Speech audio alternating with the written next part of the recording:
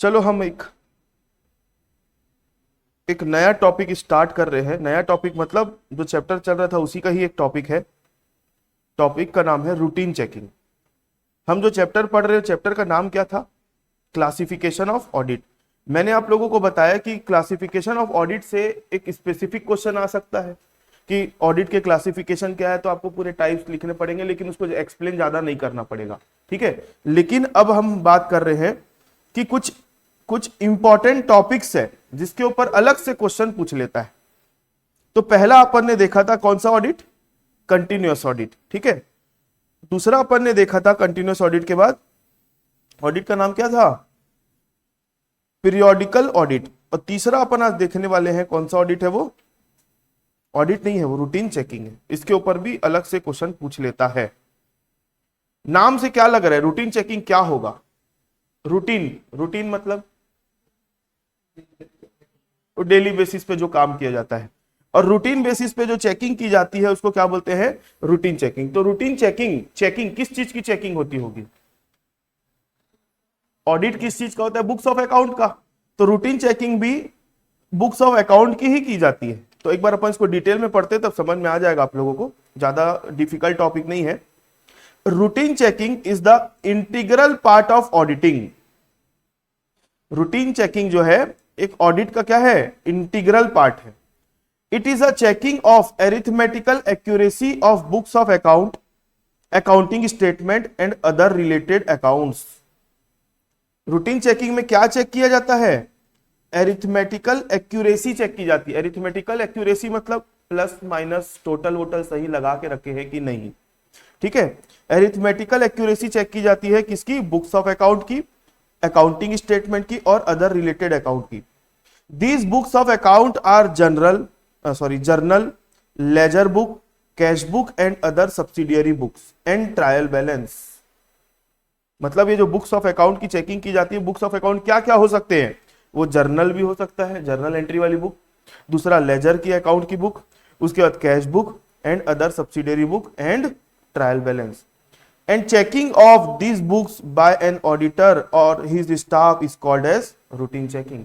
ये सारी बुक्स की जो चेकिंग की जाती है ऑडिटर के द्वारा या उसके स्टाफ के द्वारा, तो उसको हम क्या बोलेंगे? Routine checking. Routine checking is simple and does not require specific knowledge. Routine checking एक सिंपल काम है, ठीक है। जैसे ऑडिटर को ऑडिट का, अकाउंटेंसी का और लॉ का, टैक्सेशन का, हर चीज का नॉलेज होना चाहिए। लेकिन रूटीन चेकिंग के काम के लिए कोई स्पेसिफिक नॉलेज होने की जरूरत नहीं, सिर्फ आपको एरिथमेटिकल कैलकुलेशन करने आना चाहिए। टोटल सही लग रहा है कि नहीं ये चेक करो, ऐसी सारी चीजें।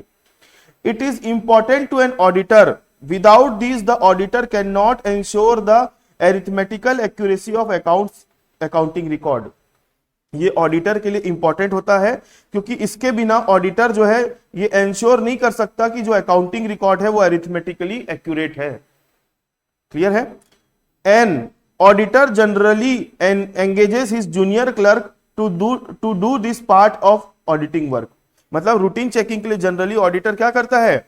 अपने जूनियर क्लर्क लोगों को, ऑडिट स्टाफ को एंगेज करता है काम करने के लिए, क्योंकि इसमें स्पेसिफिक नॉलेज की जरूरत नहीं पड़ती है। The work of routine checking is done with the help of coloured pencil. आप लोगों ने किसने ऑडिट का काम होते हुए देखा है? देखियो, सीए ऑफिस में गए हो कभी घूमते फिरते?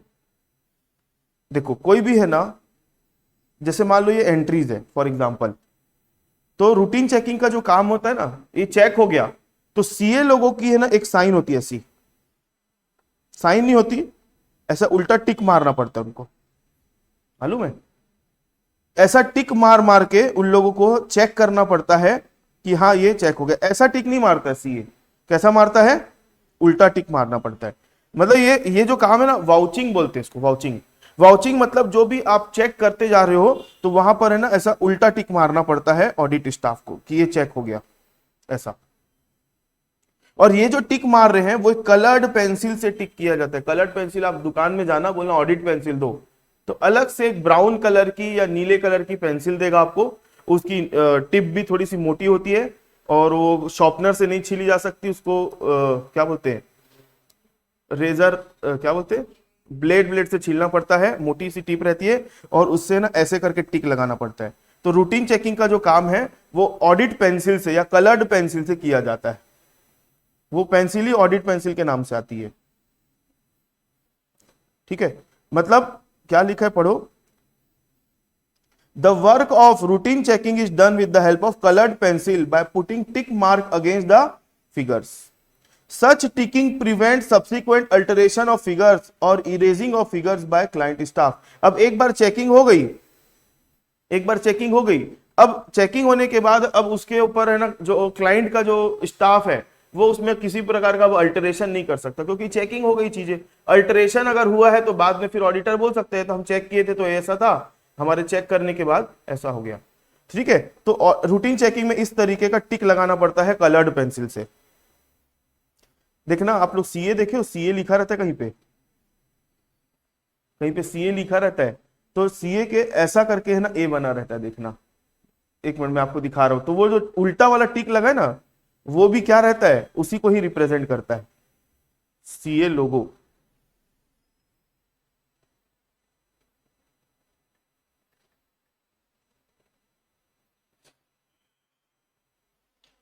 ये देखो, ये दिख रहा है आप लोगों को, ए के अंदर ऐसे उल्टा टिक, ये उसी को ही रिप्रेजेंट करता है कि सीए उल्टा टिक मारता है चेक करते समय।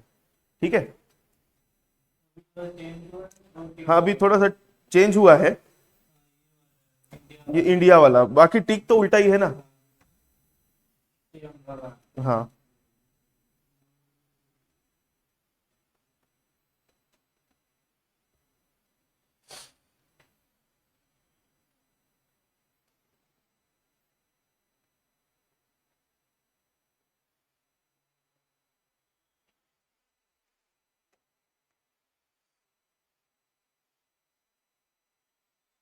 सच ticking prevent subsequent alteration of figure और erasing of figure by the client staff. मतलब वो प्रिवेंट करता है टिक होने के बाद कि अब क्लाइंट का स्टाफ है किसी भी प्रकार की चीजों को अल्टर या फिर उसको किसी भी प्रकार का मिटाने वाला काम नहीं करेगा। The modern computerised accounting system has however removed the necessity of routine checking. Generally it involves the checking of for the following. अभी जो सिस्टम से अकाउंटिंग की जा रही है, देखो पहले तो मैं बताया कि रूटीन चेकिंग के अंदर क्या इन्वॉल्व रहता है, क्या चेक करना, एरिथमेटिकल एक्यूरेसी। ठीक है, एरिथमेटिकल एक्यूरेसी चेक करना है। ये कब ज्यादा मतलब ये चेकिंग क्यों उस समय रिक्वायर्ड थी, जब है ना अकाउंटिंग मैनुअली की जाती थी। मैनुअली समझते हो ना, मैनुअली मतलब हाथ से टोटल लगाना, ये सब काम करना। ठीक है, लेकिन अब जब से कंप्यूटराइज्ड अकाउंटिंग सिस्टम आ गए ना तो वहां पे टोटल फोटल लगाने वाला काम ही नहीं है। आप लोगों ने टैली किसने किसने चलाया है, टैली आपने चलाया है। टैली में आप लोगों को पता होगा कि नहीं होगा, सिर्फ और सिर्फ आपको जर्नल एंट्रीज पास करनी है। आगे का लेजर अकाउंट, आगे का ट्रायल बैलेंस, आगे का profit loss account, trading account, balance sheet, cash flow statement, reconciliation, हर काम कौन करके दे देता है, टैली करके दे देता है। मतलब टोटल वोटल लगाना, लेजर पोस्टिंग करना, हर काम टैली कर दे। मतलब उसके अंदर ऐसी कोडिंग की गई है, आपको सिर्फ और सिर्फ क्या करना है, जर्नल एंट्री पास करना है। तो इसको बोलते हैं कंप्यूटराइज्ड अकाउंटिंग सिस्टम। अब यहां पे टोटल फोटल लगाने की जरूरत ही नहीं रहती, बस आपका जर्नल एंट्री सही होना चाहिए, आगे का हर काम कौन कर देगा, टैली। तो अब जब से कंप्यूटराइज्ड अकाउंटिंग सिस्टम आया है तब से रूटीन चेकिंग का जो काम है वो क्या हो गया, अब उसकी नेसेसिटी क्या हो गई, खत्म हो गई या कम हो गई बोल सकते हैं। ठीक है, लेकिन रूटीन चेकिंग जब होता था तो उसके अंदर कौन कौन सी चीजें चेक की जाती थी उसकी बात हो रही है। तो पहला हो रहा है चेकिंग ऑफ कास्टिंग। कहीं पे भी वर्ड कास्टिंग दिखेगा ना मतलब टोटल लगाने का मतलब होता है, टोटलिंग करने का प्रोसेस को कास्टिंग बोलते हैं। चेकिंग ऑफ कास्टिंग, सब casting, carry forward and other calculation in the books of original entry, routine checking में इन्वॉल्व हो रहता था। दूसरा checking of posting into laser book. अब जर्नल एंट्री कर दी, उससे आपको लेजर में क्या करना है, पोस्टिंग करना है, तो रूटीन चेकिंग में ये भी चेक किया जाता था। उसके बाद checking of casting and balance in the laser book. अब लेजर अकाउंट बना है उसमें टोटल चेक करना है और उसका जो बैलेंस निकला उसको चेक करना है। उसके बाद checking of transfer of balances from the ledger to trial balance. Routine checking के अंदर क्या आता था, देखो स्टेप अगर समझते हो ना अकाउंटिंग की तो आपको ये सब चीज समझ में आ जाएगी। सबसे पहले जर्नल एंट्री की बात करते हैं। जर्नल एंट्री में काहे की चेकिंग होती थी, कास्टिंग की, और दूसरा सब कास्टिंग की। कास्टिंग और सब कास्टिंग में दोनों में फर्क क्या है? कास्टिंग मतलब होता है टोटल करना, तो सब कास्टिंग का मतलब क्या होगा? आप लोगों को मालूम है ना, जब जर्नल एंट्री करते तो पेज टोटल मारना पड़ता है। जर्नल एंट्री कर रहे हैं तो लास्ट में पेज में टोटल मारते हो कि नहीं? तो जो पेज का टोटल मार रहे हो उसको हम क्या बोलेंगे? कास्टिंग। और सब कास्टिंग का मतलब होता है जब जर्नल एंट्री करो तो इंडिविजुअल एंट्री में भी कहीं कहीं पे टोटल लगाना पड़ता होगा, तो जो अंदर अंदर का टोटल लगाना है उसको हम क्या बोलते हैं? सब कास्टिंग। ठीक है, तो जर्नल एंट्री के अंदर आपको ये चेक करना रहता है, ऑडिट स्टाफ को ये चेक करना रहता है कि जो भी original books of original entry का मतलब होता है journal, books of original entry का मतलब होता है जर्नल, जर्नल एंट्रीज, इसके अंदर आपको कास्टिंग चेक करनी है और क्या चेक करनी है? सब कास्टिंग। और दूसरा चेक करना है कैरी फॉरवर्ड। कैरी फॉरवर्ड मतलब एक पेज का टोटल आपका लगा दिए, जब एंट्री करते जा रहे पेज भर जाता है तो आगे क्या करते हैं? उस पेज के टोटल को अगले पेज में लेके जाते हैं कि नहीं? हो सकता है इधर पेज का टोटल आया था 1,00,000, अगले पेज में लेके गए 1,10,000, तो वो भी चेक करना है कि कैरी फॉरवर्ड में कहीं गलती तो नहीं हो गई। तो एरिथमेटिकल एक्यूरेसी चेक करनी है। ठीक है, सॉरी, रूटीन चेकिंग के अंदर बुक्स ऑफ ओरिजिनल एंट्री में क्या क्या चेक करते हैं? पहला क्या चेक करेंगे? कास्टिंग। दूसरा क्या चेक करेंगे? सब कास्टिंग। और तीसरा क्या चेक करेंगे? Carry forward. ठीक है, किसमें? जर्नल एंट्रीज में। जर्नल एंट्री वर्ड यूज नहीं करना है, बुक्स ऑफ ओरिजिनल एंट्री बोलना है। उसके बाद दूसरा, अब जर्नल एंट्री में चेक कर लिए, जर्नल एंट्री से चीजें कहां जाती है? लेजर अकाउंट में जाती है। जर्नल एंट्री से चीजें कहां जाती है? लेजर में। तो जर्नल एंट्री से जब चीजों को, एंट्रियों को उठा के लेजर में लिखते हो तो उस प्रोसेस को क्या बोलते हैं? पोस्टिंग करना बोलते हैं। हिंदी में अगर बोलूं तो खतौनी करना बोलते हैं इसको। तो लेजर बुक में जो आपने पोस्टिंग करी है जर्नल से, उसको भी चेक करना होता है, रूटीन चेकिंग का काम। उसके बाद checking of casting and balance in laser book. अब लेजर में आपने सारी एंट्री ले ली, लेजर में आपने सारी एंट्री ले ली, अब लेजर का भी टोटल सही लगा कि नहीं वो भी चेक कर लो, मतलब यहां का टोटलिंग। और उसके बाद बैलेंस निकालते हैं, बैलेंस सीडी बैलेंस बीडी याद है आप लोगों को? तो बैलेंस जो निकाले वो भी सही लगा है कि नहीं वो भी चेक कर लो। रूटीन चेकिंग का ये भी काम होता है। उसके बाद checking of transfer of balances from ledger to trial balance. अब लोगों को मालूम है ना, जर्नल एंट्री के बाद बनता है लेजर। लेजर का जो बैलेंस निकलता है उसको उठा के कहां लिखते हैं हम? ट्रायल बैलेंस में लिखते हैं। तो लेजर अकाउंट का जो बैलेंस था उसको आपने ट्रायल बैलेंस में उठा के ले गए हो कि नहीं, और ले गए हो तो सही अमाउंट ले गए हो कि नहीं, ये चेक करना। तो पढ़ो वापस से, हम पढ़ क्या रहे? रूटीन चेकिंग जो होती है, रूटीन चेकिंग के अंदर कौन कौन सी चेकिंग इन्वॉल्व होती है? तो पहला होता है जर्नल एंट्री की कास्टिंग, सब कास्टिंग और कैरी फॉरवर्ड। लेजर अकाउंट में पोस्टिंग। ठीक है, लेजर अकाउंट का कास्टिंग चेक करना है और उसका बैलेंस चेक करना है। उसके बाद लास्ट लेजर अकाउंट से ट्रायल बैलेंस में उसके बैलेंस सही गए कि नहीं गए, ये चेक करना है। 4 चेकिंग होती है। उसके बाद रूटीन चेकिंग के क्या क्या मेरिट्स है या फिर एडवांटेजेस है? रूटीन चेकिंग के क्या क्या मेरिट और एडवांटेजेस है? Following are the main merits of routine checking.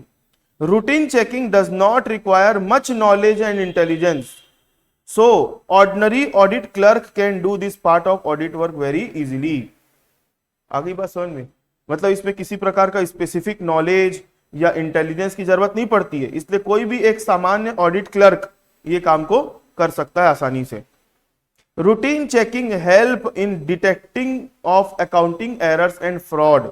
Routine checking जो है अकाउंटिंग एरर और फ्रॉड को खोजने में हमारी मदद कर सकता है।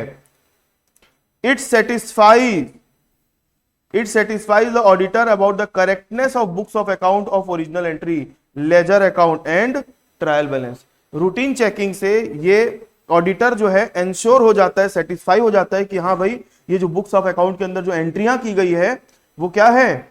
करेक्ट है। Books of account original entry में, लेजर में और ट्रायल बैलेंस में जो भी एंट्रियां की गई वो क्या है? करेक्ट है। The auditor can make out from routine checking whether the financial statement are in agreement with books of account. Auditor ये भी इंश्योर कर लेगा कि जो फाइनेंशियल स्टेटमेंट बनाए गए हैं वो बुक्स ऑफ अकाउंट के साथ क्या है, एग्रीमेंट में है कि नहीं। ऐसा तो नहीं है बुक्स ऑफ अकाउंट में कुछ और लिखा हुआ है और फाइनेंशियल स्टेटमेंट बनाया उसमें कुछ और लिखा है, दोनों क्या है, एग्रीमेंट में है। ये भी इंश्योर हो जाएगा auditor. Special tick mark against figure by pencil of different color as placed by audit clerk during routine checking prevent alteration of figure subsequently। एक स्पेशल टाइप की टिक मार्क लगानी पड़ती है जिसके कारण फ्यूचर में सब्सिक्वेंटली अगर किसी भी प्रकार का अल्टरेशन किया जा रहा है उसको क्या किया जा सके, प्रिवेंट किया जा सके। ठीक है, मैंने अभी बताया भी था। उसका routine checking help the auditor to express his opinion in report about the truth and fairness of the financial statement. Routine checking से ऑडिटर को ये इंश्योरिटी हो जाती है कि जो फाइनेंशियल स्टेटमेंट है वो free from material miss statement है, बोल सकते हैं, बट इसमें किसी प्रकार का मिस स्टेटमेंट नहीं है और वो क्या है, ट्रू और फेयर व्यू दे रहे हैं। तो आप लोगों को एडवांटेजेस या मेरिट में कोई डाउट, एडवांटेजेस या मेरिट में किसी को कोई डाउट समझ में आ गया? इजी इजी तो पॉइंट है सब, एक बार रीड कर लोगे ना तो खुद से लिख सकते हो। अब डिसएडवांटेजेस, हाँ कोई डाउट है? Limitation and disadvantages. Routine checking has many disadvantages और limitation which are discussed below. Routine checking work is mechanical and monotonous in nature. Routine checking जो है मैकेनिकल और मोनोटोनस इन नेचर। हम लोग जब आर्टिकलशिप में थे तो हम लोग आर्टिकल स्टाफ थे और जो बीकॉम करके जॉब करने आते उन लोग हमारे नीचे रहते थे, हमारे ऑफिस में जहां हमने सीखा है काम। तो वहां पर जो वाउचिंग का काम है, मतलब रूटीन चेकिंग वाला काम है, हमारे नीचे वाले लोगों को दे दिया जाता था। उन लोग बेचारे लोग ना सुबेरे से आते थे 10 बजे से, एक बिल का पकड़ते थे, एंट्री देखते थे, बस टिक मारने का काम करते थे, टिक मारने का बस काम करते थे और उसको दूसरा कोई काम ही नहीं रहता। हम लोग बस टारगेट दे देते थे, हमको हमारे सर कुछ और बोलते थे चेक करने, हमारे अंडर का जो काम था हम उनको देते थे। तो उन लोग बेचारे लोग ना पगला जाते थे टिक मार मार के। सोचो ना, दिन भर अगर आपको मैं एक पूरा लिस्ट दे दूं नंबर की और उसको देखकर आपको बुक्स ऑफ अकाउंट में क्या करना है, टिक मारना है और दिन भर एक काम करना है और रोज एक काम करना है, तो अच्छा लगेगा? तो एक मैकेनिकल वर्क है और एक मोनोटोनस वर्क। ठीक है, ये इसका डिसएडवांटेज है। दूसरा, routine checking can not discover error of principle. Routine checking से एरिथमेटिकल एक्यूरेसी वगैरह तो चेक कर लोगे, लेकिन इससे आप क्या नहीं चेक कर पाओगे, एरर ऑफ प्रिंसिपल नहीं चेक कर पाओगे। आ रही बात समझ में? उसके बाद routine checking is also not adequate for discovery of compensating error. अगर ऐसा कोई एरर है जो कॉम्पेंसेटिंग नेचर का है, कॉम्पेंसेटिंग नेचर का एरर मतलब कृष्णा क्या होता है, एक एरर का इफेक्ट दूसरे एरर के इफेक्ट को काट देता है, तो इस टाइप के एरर को क्या बोलते हैं, कॉम्पेंसेटिंग। तो रूटीन चेकिंग से इस टाइप के एरर भी डिटेक्ट होना पॉसिबल नहीं है। ठीक है, उसके बाद routine checking can only help in detecting simple type of fraud, but carefully planned fraud can not be discovered by routine checking. Routine checking से एकदम नॉर्मल जो सिंपल नेचर के फ्रॉड है वही खोजे जा सकते हैं, वो भी संभावना नहीं है। लेकिन जो ऐसा कोई फ्रॉड है जो एकदम प्लान्ड किया गया था, प्लान्ड मतलब एकदम प्रॉपर पूरा फील्डिंग जमा के फ्रॉड करके रखे, तो वो वाला फ्रॉड पकड़ में आना मुश्किल नहीं, नामुमकिन है in case of routine checking. उसके बाद when the internal check is strong and the mechanised accounting system is followed, routine checking prove to be valueless. मेरा बोलने का मतलब, अगर आपके फर्म में आप पूरा कंप्यूटराइज्ड अकाउंटिंग सिस्टम चलाते हो, आप अपने पूरे फर्म में कंप्यूटराइज्ड अकाउंटिंग सिस्टम चलाते हो, तो वहां पर आपके लिए रूटीन चेकिंग क्या है, वैल्यूलेस है, आपके लिए जरूरी नहीं है। क्यों? क्योंकि कंप्यूटराइज्ड अकाउंटिंग सिस्टम में एरिथमेटिकल एक्यूरेसी या एरिथमेटिकल एरर्स की कोई जगह ही नहीं होती। आपको सिर्फ और सिर्फ ध्यान कहां देना, जर्नल एंट्रीज में। जर्नल एंट्री सही किया है आपने, मतलब लेजर सही बना होगा, ट्रायल बैलेंस सही बना होगा, प्रॉफिट लॉस अकाउंट, सारे फाइनेंशियल स्टेटमेंट भी सही बने होंगे। मतलब अगर आपका इंटरनल कंट्रोल सिस्टम या फिर कंप्यूटराइज्ड अकाउंटिंग सिस्टम तगड़ा है तो उस केस में रूटीन चेकिंग क्या हो जाता है, वैल्यूलेस हो जाता है, इसकी कोई जगह ही नहीं है। ये कभी ठीक रहता है जब आप मैनुअल अकाउंटिंग सिस्टम कर रहे हो या फिर जहां पे इंटरनल कंट्रोल सिस्टम तगड़े नहीं है वहां पर। आगे, it is not of much use where self balancing of ledger is in practice as self balancing system of account ensure arithmetical accuracy of account. आप लोग एक चैप्टर पढ़े हो सेल्फ बैलेंसिंग लेजर अकाउंट में 11th में या कभी 12th में या फिर बीकॉम फर्स्ट ईयर में? बीकॉम फर्स्ट ईयर में तो नहीं पढ़े होंगे, स्कूल में पढ़ाया गया सेल्फ बैलेंसिंग लेजर। नहीं, ये है ना स्कूल और उसमें नहीं रहता है, ये सीए वाले लोग पढ़ते हैं। सेल्फ बैलेंसिंग लेजर मतलब ऐसा सिस्टम रहता है अकाउंटिंग सिस्टम जिसमें लेजर जो है ना ऑटोमेटिक क्या होता है, ऑटोमेटिक बैलेंस हो जाता है, ऑटोमेटिक। तो अगर आपका अकाउंट, आप ऐसे अकाउंटिंग सिस्टम को फॉलो करते हो जहां पे सेल्फ बैलेंसिंग लेजर और सिस्टम है, तो वहां पर रूटीन चेकिंग का क्या हो जाएगा, रिलीवेंस खत्म हो जाएगा, वहां पर रूटीन चेकिंग काम की नहीं। आ गई बात समझ में? तो ये सब उसके क्या है, डिसएडवांटेजेस है। उसके बाद रूटीन चेकिंग करने के पीछे क्या क्या ऑब्जेक्टिव्स है, क्या क्या ऑब्जेक्ट है। Routine checking has the following objects: to detect error and fraud as simple nature, यहां पे एज नहीं आएगा, ऑफ आएगा। To detect error and fraud of simple nature, simple nature की अगर कोई एरर या फ्रॉड है उस रूटीन चेकिंग से खोजा जा सकता है। To ensure the arithmetical accuracy of books of original entry, books of original entry की एक्यूरेसी आप चेक कर सकते हो। To ensure the correctness of posting to ledger account, ledger account की पोस्टिंग को आप मतलब चेक कर सकते हो करेक्ट है कि नहीं है। To ensure the accuracy of casting and balancing in ledger, ledger में जो टोटल लगाए गए हैं और उसमें जो बैलेंसिंग की गई है उसकी आप चेक एक्यूरेसी को चेक कर सकते हो। To ensure correct transfer of balance to trial balance and correctness of trial balance, आप यहाँ पे ट्रायल बैलेंस का करेक्टनेस और ट्रायल बैलेंस का जो ट्रांसफर हुआ है बैलेंस लेजर से उसकी आप करेक्टनेस चेक कर सकते हो। उसके बाद prevention of alteration of figure after record have been checked, जैसे ही रिकॉर्ड चेक हो गया उसके बाद आप टिक लगा के ये इंश्योर कर सकते हो कि अब ये फ्यूचर में अल्टर नहीं किए जाएंगे।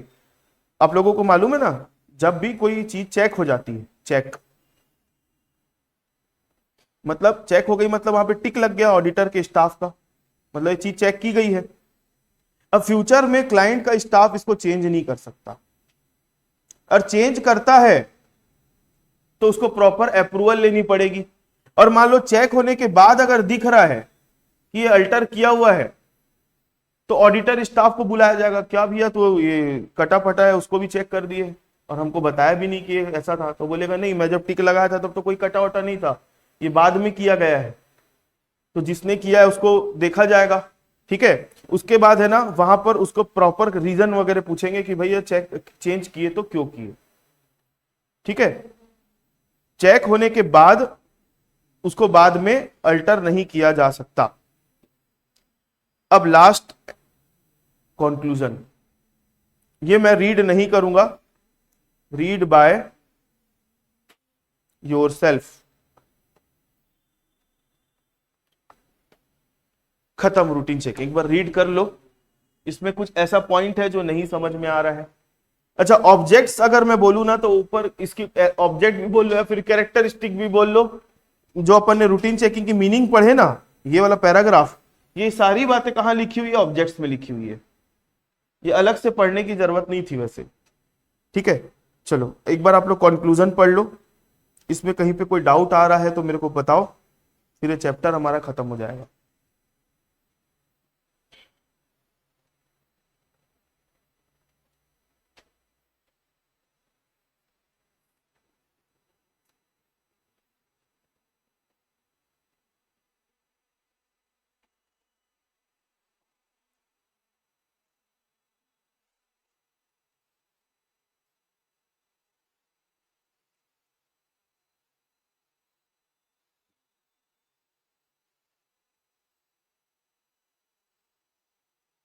हो गया, पढ़ लिए?